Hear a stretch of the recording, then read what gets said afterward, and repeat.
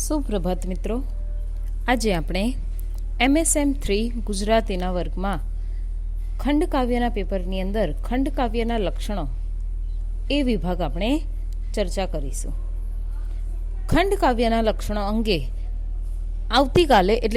ગઈકાલે આપણે એક ઓડિયો ક્લિપ આપણે તૈયાર કરી હતી. એમાં ખંડકાવ્યના 3 લક્ષણો અંગે આપણે વાત કરી હતી. આજે આપણે ખંડકાવ્યના 3 લક્ષણો સિવાય બીજા કયા લક્ષણો છે એ અંગે આપણે સમજીશું, અભ્યાસ કરીશું. તો મિત્રો, ખંડકાવ્યના આપણે 3 લક્ષણો આપણે ગઈકાલે જોયા, જેમાં હતું વસ્તુ, વૃત્તાંત, પ્રસંગ એવું કહી શકાય. બીજું વસ્તુ સંકલના, ત્રીજું છંદો વિધાન. આ 3 લક્ષણથી આપણે આગળ આજે ચોથા લક્ષણ પર જઈએ છીએ. ચોથું લક્ષણ છે લાઘવ અને એકત્વ. લાઘવ એટલે શું અને એકત્વ એટલે શું, પહેલાં એ સમજો.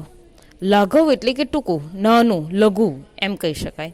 અને એકત્વ એટલે કે બધાનું એકત્વ એટલે એક સમાન જોડાણ એવું કહેવાય. એમ સુંદરમ અને રાવી પાઠક જેવા વિવેચકો એવું કહે છે કે ખંડકાવ્ય માટે, ટૂંકી વાર્તા માટે, એકાંકી માટે, આ ત્રણેય સ્વરૂપો માટે લાઘવ અને એકત્વ ખૂબ જરૂરી છે. આ ત્રણેય સ્વરૂપોની અંદર લાઘવ વિના કથા શક્ય બનતી નથી. તો મિત્રો જોઈએ ખંડકાવ્યની અંદર લાઘવ અને એકત્વ કઈ રીતે કામ બજાવે છે. ખંડકાવ્ય માટે અભિવ્યક્તિની છાપ અનિવાર્ય બને છે. સ્થળ, કાળ, અર્થ, કાર્યની ત્રિવિધ એકતા, એના વિના ખંડકાવ્યનું પિંડ બંધાતું નથી. એટલે એની અંદર સ્થળ, કાળ, અર્થ, કાર્ય આ બધું અંદર આવશ્યક છે. એનું એકત્વ સધાવવું જરૂરી છે. ઉપરાંત તેમાં સઘન અનુભૂતિ, એકતાના સંયોજનથી એક વૃત્તાંતથી સૌંદર્યનું નિર્માણ કરે છે. કવિઓએ ખંડકાવ્યમાં પ્રકૃતિનો વિનિયોગ કર્યો છે અને એની અંદર જ કેટલાક ભાવો લઈને સૌંદર્યનું નિર્માણ કરે છે. કેટલાક પાત્રો લઈને, કેટલીક પ્રકૃતિ લઈને, કેટલીક એકતા લઈને એ સૌંદર્યનું નિર્માણ કરે અને ખંડકાવ્યને એ લાઘવતાથી, સૂક્ષ્મ કથા વસ્તુથી પણ એકદમ સુંદર અને એકદમ સૌંદર્ય નિર્માણ જેવી કૃતિ તૈયાર કરી આપે છે. જેમ કે તમને ઉદાહરણ આપું તો વસંત વિજય ખંડકાવ્ય. આ કાંતનું વસંત વિજય ખંડકાવ્ય, એમાં માત્ર ને માત્ર કથા જે છે એ પાંડુની જે કથા છે, પાંડુના સંઘર્ષની કથા છે. પરંતુ આ પાંડુના સંઘર્ષનું કથાનો એક માત્ર નાનું કથાનો ઘટક અંશ લઈને એની અંદર દરેક વસ્તુ એક સંઘર્ષ છે. પાંડુના મનમનની સ્થિતિ છે, એવી જ રીતે માદ્રીની સ્થિતિ છે, એવી રીતે કુંતીની સ્થિતિ છે, અને એ બધાની ઉપર વસંત કેવું કામ કરે છે, એમ અંતે વસંતનો કેવી રીતે વિજય થાય છે. આ બધી ઘટનાઓ એટલી સુંદરતાથી અને સૌંદર્યથી નિર્માણે છે કે આપણને એમ લાગે કે હા, આપણે કોઈ સરસ સ્ટોરી ભણી રહ્યા છીએ એવી રીતે લાગે. એમ એટલે આ બધા તમામ ઘટકોનું, આ તમામ બધી કથા ઘટકનું અંદર એટલું સુંદર અને એકત્વ એની અંદર સાધી આપે છે, તો આપણને એમ લાગે કે હા, એક સૂત્રની અંદર આપણને બાંધી દે છે. કોઈ પણ જગ્યાએ આપણે અટકતા નથી. એમ એ જગ્યા શું છે, એ કોઈ પણ સ્થાન જે છે એ સ્થાન એ ખાલી નથી રહેવા દેતું, પરંતુ બધા સ્થાનોને પૂરે છે. એમ એટલે ભાવકને પકડી રાખે છે. એટલે ભાવકને પકડી રાખવા માટે આ લાઘવ અને એકત્વ ખૂબ જરૂરી છે. આ લાઘવ અને એકત્વ દ્વારા જ ખંડકાવ્યનું ઉચિત નિર્માણ થઈ શકે છે. મેં તમને વસંત વિજયનું ઉદાહરણ આપ્યું કે જેમાં પ્રકૃતિ પણ પાત્ર જેટલું શું દર્શાવે છે, તો કે મહત્વ ધારણ કરે છે. ચાલો તો મિત્રો, 5મું લક્ષણ જોઈએ આપણે હવે. 5મું લક્ષણ છે સંઘર્ષ. સંઘર્ષ વિના ખંડકાવ્ય બનતું નથી. સંઘર્ષ ખંડકાવ્ય સાથે આપમેળે જોડાયેલું તત્વ છે.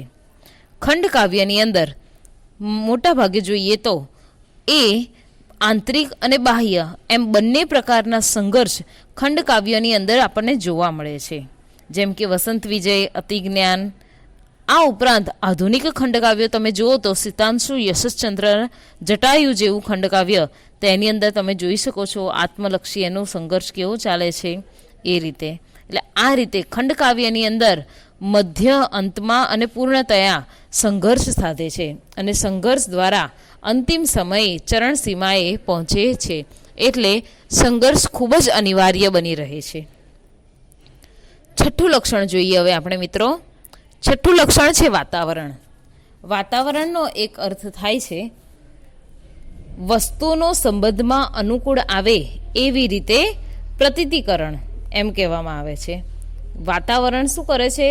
એક વાતાવરણ ક્રિએટ કરી આપે કોઈ પણ કૃતિને, કોઈ પણ સર્જકને, કોઈ પણ ભાવકને. આ બહુ જ જરૂરી છે વાતાવરણ. કેમ? કારણ કે વાતાવરણ એ સર્જક જે વાતાવરણ જે કંઈ રચે છે એ વાતાવરણની આસપાસ જ એના પાત્રો રાચે છે. આ વાતાવરણ ઊભું કરતી વખતે દરેક સર્જક ખૂબ જ ધ્યાન આપે છે અને ખૂબ જ ચીવટતાથી વાતાવરણ પ્રયોજે છે. કાલ્પનિક કથા વસ્તુ હોય તો પણ એ પાત્રને અનુરૂપ બનાવે છે. સર્જક જાતે વાતાવરણ ઊભું કરે છે અને કેટલીક વાર વાતાવરણ પોતે જ સમગ્ર રચનામાં કેન્દ્ર તરીકે આવે છે, પાત્ર જેવું મહત્વ બની આવે છે. ક્યારેક પ્રકૃતિ રૂપે, ક્યારેક પુરાણ કે ઇતિહાસ રૂપે, ઉપરાંત કલ્પના સાથે જોડાઈને પણ વાતાવરણ વસ્તુ વિધાન પર હંમેશા અસરકારક બનતું હોય છે. પ્રકૃતિ ખંડકાવ્યમાં આપણને ક્યારેક ક્યારેક તો પ્રકૃતિ પણ એટલી બધી જોવા મળે છે ખંડકાવ્યની અંદર કે એકમેક રીતે એની અંદર જોડે જોડે એ આવી જાય છે. વસંત વિજય ખંડકાવ્ય તો આપણને જોઈએ તો એની અંદર વસંત ઋતુ જ પોતે પાત્ર બનીને આવે છે. શિખંડી, જટાયુ, બાહુક આ બધા એની અંદર શબ્દ, અર્થ, અલંકારની સામગ્રી રૂપે પણ એની અંદર વાતાવરણ આપણને નિર્માયેલું જોવા મળે છે. એટલે વસ્તુ, પાત્ર, પરિસ્થિતિને નિર્માણ કરવા માટે, વસ્તુને, પાત્રને અને પરિસ્થિતિને નિર્માણ કરવા માટે વાતાવરણ ખૂબ જ જરૂરી છે. અને વાતાવરણ આના માટે આ વસ્તુ, પાત્ર અને તમારી કોઈ પણ કથાને કે પરિસ્થિતિને એને વર્ણવવા માટે વાતાવરણ એને શું કરે છે? આગળ લઈ જાય છે, એને આગળ ધપાવે છે. ચાલો મિત્રો, તો આપણે છઠ્ઠું લક્ષણ પૂર્ણ કર્યું વાતાવરણ. હવે સાતમું લક્ષણ છે પાત્ર ચિત્રણ.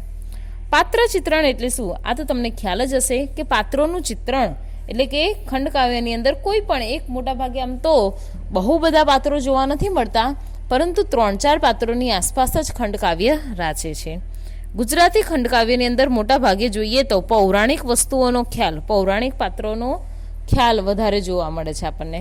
પૌરાણિક પાત્રો મોટા ભાગે આપણને જોવા મળે છે. આ પાત્રો જીવનની કટોકટી પૂર્ણ રહસ્ય ગર્ભનું આલેખન કરવામાં આવે છે. સામાન્ય રીતે ખંડકાવ્યમાં મુખ્ય પાત્ર અને 1-2 ગૌણ પાત્રો સ્થાન ધરાવે છે. પાત્રો વચ્ચેના સ્થૂળ સંઘર્ષ કરતાં સૂક્ષ્મ સંઘર્ષ વધુ જોવા મળે છે. એક જ પાત્રમાં વસતી 2 વિરોધી વૃત્તિઓને પણ સંઘર્ષ વિશેષ આલેખાયેલો હોય છે. પાત્રોના તીવ્ર મનોમંથનો પણ આલેખાય છે, એની વૃત્તિઓ આલેખાય છે, એની ઉર્મિઓ આલેખન થાય છે. આ તમામ ને ઉપરાંત મુખ્ય પાત્ર હોય કે ગૌણ પાત્ર હોય એના આંતરબાહ્ય સંઘર્ષને પણ આલેખવામાં આવે છે. આમ તો કહેવાય કે ખંડકાવ્યની અંદર મનુષ્યનું ચિત્રણ નહીં પણ તેનામાં રહેલા સારા નરસા તત્વોનું નિરૂપણ કરવામાં આવે છે. એમ માણસ થઈને રહે તેવું ચિત્રણ ખંડકાવ્યમાં કરવાની અંદર આવે છે. ગૌણ પાત્રને પણ ચિત્રિત કરવામાં આવે છે. એટલે મુખ્ય રીતે પાત્ર, તમે જે રીતે નવલકથાની અંદર, ટૂંકી વાર્તાની અંદર જે પાત્ર ચિત્રણ જુઓ છો એ રીતે અહીંયા પાત્ર ચિત્રણ હોતું નથી. કેવી રીતે હોય છે? તો કે પાત્ર ચિત્રણ એ પાત્રોના તીવ્ર મનોમંથનો, મનની અંદરના ઉપજેલા સંઘર્ષો એને આલેખન પામેલા હોય છે. જેમ કે તમે જોઈ શકો છો અતિજ્ઞાન ખંડકાવ્યની અંદર કોણ? સહદેવ છે એ મુખ્ય પાત્ર તરીકે. વસંત વિજય ખંડકાવ્યની અંદર પાંડુ, શિખંડી ખંડકાવ્યની અંદર શિખંડી પોતે, આ રીતે. જટાયુ ખંડકાવ્યની અંદર જટાયુ પોતે, આ રીતે. એટલે આવા બધા પાત્રો આપણને જોવા મળે છે અને એમના તીવ્ર મનોમંથનો, સંઘર્ષો આલેખાયેલા હોય છે. ખંડકાવ્યના આ થયા આપણા 7મું લક્ષણ. હવે જોઈએ 8મું લક્ષણ. 8મું લક્ષણ છે પદાવલી. પદાવલી એટલે અર્થાનુસારી અને ભાવાનુસારી અલંકારો પ્રયોજવા એમ કહેવાય. એમ આ અર્થાનુસારી અને ભાવાનુસારી અલંકારો પ્રયોજવાનું કારણ શું? કે શબ્દ, વર્ણ, છંદની પસંદગી ઉચિત રીતે કરવામાં આવે અને કાવ્ય શું થાય? મોટાભાગે સૌંદર્યયુક્ત બને. એટલા માટે ચીનુ મોદી એમ કહે છે કે શબ્દ, વર્ણ અને છંદની પસંદગી અને અર્થઘટન, શબ્દ ચયન એ ખંડકાવ્ય માટે ઉપયોગી છે કે છે એમ. એટલે આ ખંડકાવ્ય માટે જરૂરી બને છે. તમે જોતો મોટાભાગે ખંડકાવ્ય ચોક્કસ પદાવલીની અંદર આપણને જોવા મળે છે. એની અંદર ધ્વનિ, લાઘવનો મહિમા, પ્રતીક, કલ્પન વગેરેનો ખાસ પ્રયોગો આપણને જોવા મળે છે. વસ્તુના ઉદ્ધાત તત્વને ખંડકાવ્યની ભાષામાં પરલક્ષિતા, નાટ્યાત્મકતા, એની શૈલી, એની કટાક્ષ શૈલી, એની વર્ણનાત્મક શૈલી, એની ભાવાત્મક શૈલી, આ બધું જ આપણને વ્યવસ્થિત રૂપે ખંડકાવ્યની અંદર ઘડાતું જોવા મળે છે એમ. ચાલો મિત્રો, હવે આપણે જઈએ છીએ 9મું અંતિમ લક્ષણ ઉપર, રસ. રસ જે છે એ ભારતીય કાવ્યશાસ્ત્રોની કાવ્યની સમાલોચના છે એમ કહી શકાય એમ. આ દ્વારા કાવ્યનું આંતરદેહ ઘડાય છે. ખંડકાવ્ય જેવા કદની અંદર એટલે કે લઘુ પ્રકારમાં વૃત્તાંતમાં એક રસની શક્યતા સંસ્કૃત કાવ્ય દ્વારા કરી છે એમ. સંસ્કૃત કાવ્યાચાર્યો બધા એમ કે છે કે ખંડકાવ્યની અંદર એક રસ જોવા મળે છે એમ કે છે. બહુ બધા રસોનું સંમિશ્રણ એની અંદર જોવા મળતું નથી. એક પુરુષાર્થ હોય, એક રસ હોય, ત્યારે જ એ ખંડકાવ્યનું ઉચિત રૂપ સધાય છે એમ. બહુ બધા રસોનું અંદર મિશ્રણ નથી જોવા મળતું, પરંતુ એક કે બે રસનું મિશ્રણ એની અંદર તમને જોઈ શકો છો એમ. રસ મિશ્રણની અંદર એમ કહેવાય છે કે ખંડકાવ્ય જે છે એ ખંડકાવ્યની અંદર બધું જ એમ બધું ભેગું ના હોવું જોઈએ એમ, મોડું ના હોવું જોઈએ એમ. બસ એની અંદર શું હોવું જોઈએ, તો રાવી પાઠક કહે છે એવી રીતે એમ કે રસ મિશ્રણની અંદર મોડું ના હોવું જોઈએ. એટલે કે શું હોય, જે આમ ગળપણ વગરનો પેલો શીરો હોય ને, જે મોરો મોરો લાગે એવો ના હોવો જોઈએ, પરંતુ શું હોય, ગળચટ્ટો હોવો જોઈએ. એ રીતે રાવી પાઠક કહે છે એમ. તો સંસ્કૃત મીમાંસકોએ પણ ખંડકાવ્યોને રસ સંદર્ભે ઘણી બધી ચર્ચા કરી છે અને કીધું છે કે ખંડકાવ્યની અંદર એક જ રસ મુખ્ય હોય, એક રસ મુખ્ય રસને અન્ય બીજા રસો ગૌણ રસો પોષક બની રહે એવી રીતે. અને બધા ખંડકાવ્યની અંદર મુખ્ય રસ તરીકે નહીં, પણ મુખ્ય રસ તરીકે એક જ લો અને બીજા બધા તમે ગૌણ રસ તરીકે તમે લઈ શકો છો. આ રીતે મિત્રો ખંડકાવ્ય જો રસ વિધાન સાથે થાય તો એ રસ શું થાય, એ ખંડકાવ્ય શું થાય, સિદ્ધ થાય. તો મિત્રો આપણે જોયા ખંડકાવ્યના આ તમામ લક્ષણો આપણે જોયા. તો આ ખંડકાવ્યના લક્ષણો તમે બધા જ અભ્યાસ કરજો અને એની આધારે તમે અંતે ઉપસંહાર પણ બાંધજો. તો મિત્રો આવજો, ફરી મળીશું નવી વાત સાથે.